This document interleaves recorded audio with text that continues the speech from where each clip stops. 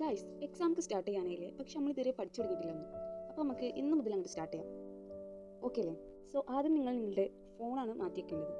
ആദ്യം നമുക്ക് ഫോൺ മാറ്റി വെക്കാം. ഇപ്പം നിങ്ങൾ ഈ വീഡിയോ കണ്ടുള്ളൂ, പക്ഷേ വീഡിയോ കണ്ടു കഴിഞ്ഞിട്ട് നമുക്ക് ഫോൺ മാറ്റി വെക്കാം. പിന്നെ ജസ്റ്റ് ഒന്ന് ടൈം കൺസ്യൂം ചെയ്യുന്നത്. നിങ്ങൾ എത്ര ചാപ്റ്റർ ഉണ്ട്, എത്ര മണിക്കൂർ വെച്ച് നിങ്ങൾക്ക് പഠിക്കണം, എന്തൊക്കെ പഠിക്കാനുണ്ട്, അങ്ങനെ വെച്ച് ടൈം ഷെഡ്യൂൾ ചെയ്യാം. പിന്നെ നിങ്ങളുടെ സ്റ്റഡി ടേബിൾ ഓർ നിങ്ങൾ പഠിക്കാനിരിക്കുന്ന സ്ഥലം ജസ്റ്റ് ഒരു നല്ലൊരു വൈബുള്ള ഒരു കംഫർട്ടായിട്ടുള്ള നിങ്ങൾക്ക് പറ്റിയ രീതിയിൽ ജസ്റ്റ് ഒന്ന് റെഡിയാക്കാം. Then just read. നിങ്ങൾക്ക് അറിയാത്തതുണ്ടെങ്കിൽ ജസ്റ്റ് യൂട്യൂബിൽ നോക്കാം. ആൻഡ് കുറേ പ്രിഫറൻസ് ഉണ്ട്, നിങ്ങൾക്ക് ഏതാ ചൂസ് ചെയ്യാം ആൻഡ് പഠിക്കാം. സോ യൂട്യൂബൊക്കെ കാണുന്നുണ്ട്, ലൈവ് കാണുന്നുണ്ട്, അങ്ങനെയൊക്കെ നോക്കുകയാണെങ്കിൽ നിങ്ങൾ അതിനനുസരിച്ചുള്ള ടൈം ഷെഡ്യൂൾ ചെയ്യാം. പിന്നെ വായിക്കുക, ബ്രേക്ക് എടുക്കുക.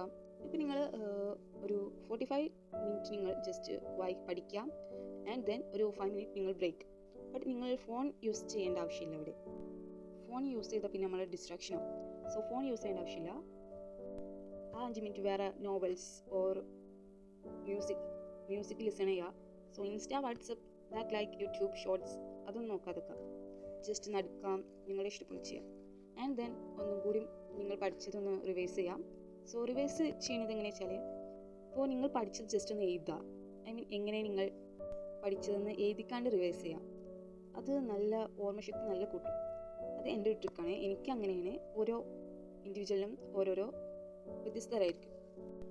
ഇമ്പോർട്ടൻ്റ് ആയത് മാത്രം എഴുതിയാൽ മതി. ജസ്റ്റ് ചാപ്റ്റേഴ്സ് ഫുൾ എഴുതിക്കേണ്ട ആവശ്യമില്ല. ഇമ്പോർട്ടൻ്റ് PYQ ജസ്റ്റ് അങ്ങനെ ചെയ്യാം. നിങ്ങൾ PYQ കുറച്ചൊക്കെ ഫോക്കസ് ചെയ്താൽ തന്നെ അതിന് തന്നെ നിങ്ങൾക്ക് ഒരു പാസ്സാവാനുള്ള മാർക്കെങ്കിലും നിങ്ങൾക്ക് കിട്ടും. അല്ലെങ്കിൽ നിങ്ങളുടെ പഠിച്ച കാര്യം വേറൊരാൾക്ക് പറഞ്ഞു കൊടുക്കാം. പക്ഷെ നമ്മളെ കൂട്ടത്തിൽ എങ്ങനെ വെച്ചാൽ, നമ്മൾ പഠിച്ചിട്ടുണ്ടെങ്കിലും ബാക്കിയുള്ളവരോട് നമ്മളത് പറയുന്നത് പഠിച്ചിട്ടില്ല. നിങ്ങൾ പഠിച്ചത് മറ്റുള്ളവർക്ക് പറഞ്ഞു കൊടുക്കാം.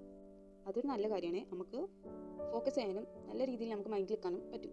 ഫോർ എക്സാമ്പിൾ, എനിക്ക് സെമിനാർ എടുക്കാണ്ടായിരുന്നു chemistry +2 Cannizzaro reaction and aldol condensation. എനിക്കിപ്പോഴും ആ രണ്ട് റിയാക്ഷനും ഇപ്പോൾ പേര് ഓർമ്മ, ആ രണ്ട് റിയാക്ഷനും ഞാൻ സെമിനാർ എടുത്തിട്ട് എനിക്കത് ബൈ ഹാർട്ടാണ്. ബിക്കോസ് ഞാൻ കുറേ റെഫറൻസ് ചെയ്തിരുന്നത് എടുക്കാൻ. കാരണം മിസ് നമ്മൾക്ക് പറഞ്ഞില്ല, നമ്മളാണത് ഫോക്കസ് ചെയ്ത് പഠിക്കുന്നത്. സോ ഞാൻ പോട്ടെ എക്സാമിന് സൈലം ഇതൊക്കെ അല്ലായിരുന്നു ഇന്നും ഒരു മുമ്പൊക്കെ നിൽക്കുന്നത്, അത് പഠിക്കും. എന്നിട്ട് അത് 3 ഞാൻ നോക്കിക്കാണ്ടായിരുന്നു പോയിന്റ്. കാരണം ടീച്ചേഴ്സ് പറഞ്ഞു കൊടുക്കുന്ന രീതിയിൽ എങ്ങനെ പറഞ്ഞ് കൊടുക്കാം എന്നുള്ള രീതിയിലൊക്കെയാണ് നോക്കി പോയത്. സോ നല്ല സിമ്പിളായി പോയി, പറഞ്ഞു കൊടുത്തു വന്നു. അത് നമുക്ക് മൈൻഡുണ്ട്, ഇപ്പോൾ അത് മൈൻഡുണ്ട്. അപ്പോൾ അന്ന് ഞാൻ സെമിനാർ എടുത്തൊക്കെ ഇന്ന് എനിക്ക് ഓർമ്മ ഉണ്ടാവണമെങ്കിൽ 1 ഇയർ കഴിഞ്ഞു. സോ ജസ്റ്റ് ആർക്കെങ്കിലും പറഞ്ഞു കൊടുക്കാം നമ്മൾ പഠിച്ചത്. അല്ലെങ്കിൽ നിങ്ങളുടെ വീട്ടിൽ നിങ്ങൾ തലയണനോടെങ്കിലും ജസ്റ്റ് ഒന്ന് പറയാം, അങ്ങനെയെങ്കിലും പഠിച്ചാൽ മതി. അപ്പോൾ എനിക്ക് എക്സാം നടക്കുകയാണ്. ജസ്റ്റ് ചെറിയ ട്രിക്ക് ഞാൻ ഇവിടെ വന്ന് വിളമ്പാന്ന് വിചാരിച്ചു. ഇഷ്ടപ്പെട്ടാൽ ലൈക്ക് ചെയ്യാം. ഞാൻ ഫസ്റ്റ് ടൈമാണ് ഒരു വീഡിയോ ഇടുന്നത്. സോ സപ്പോർട്ട് ചെയ്യാം. ഓക്കെ.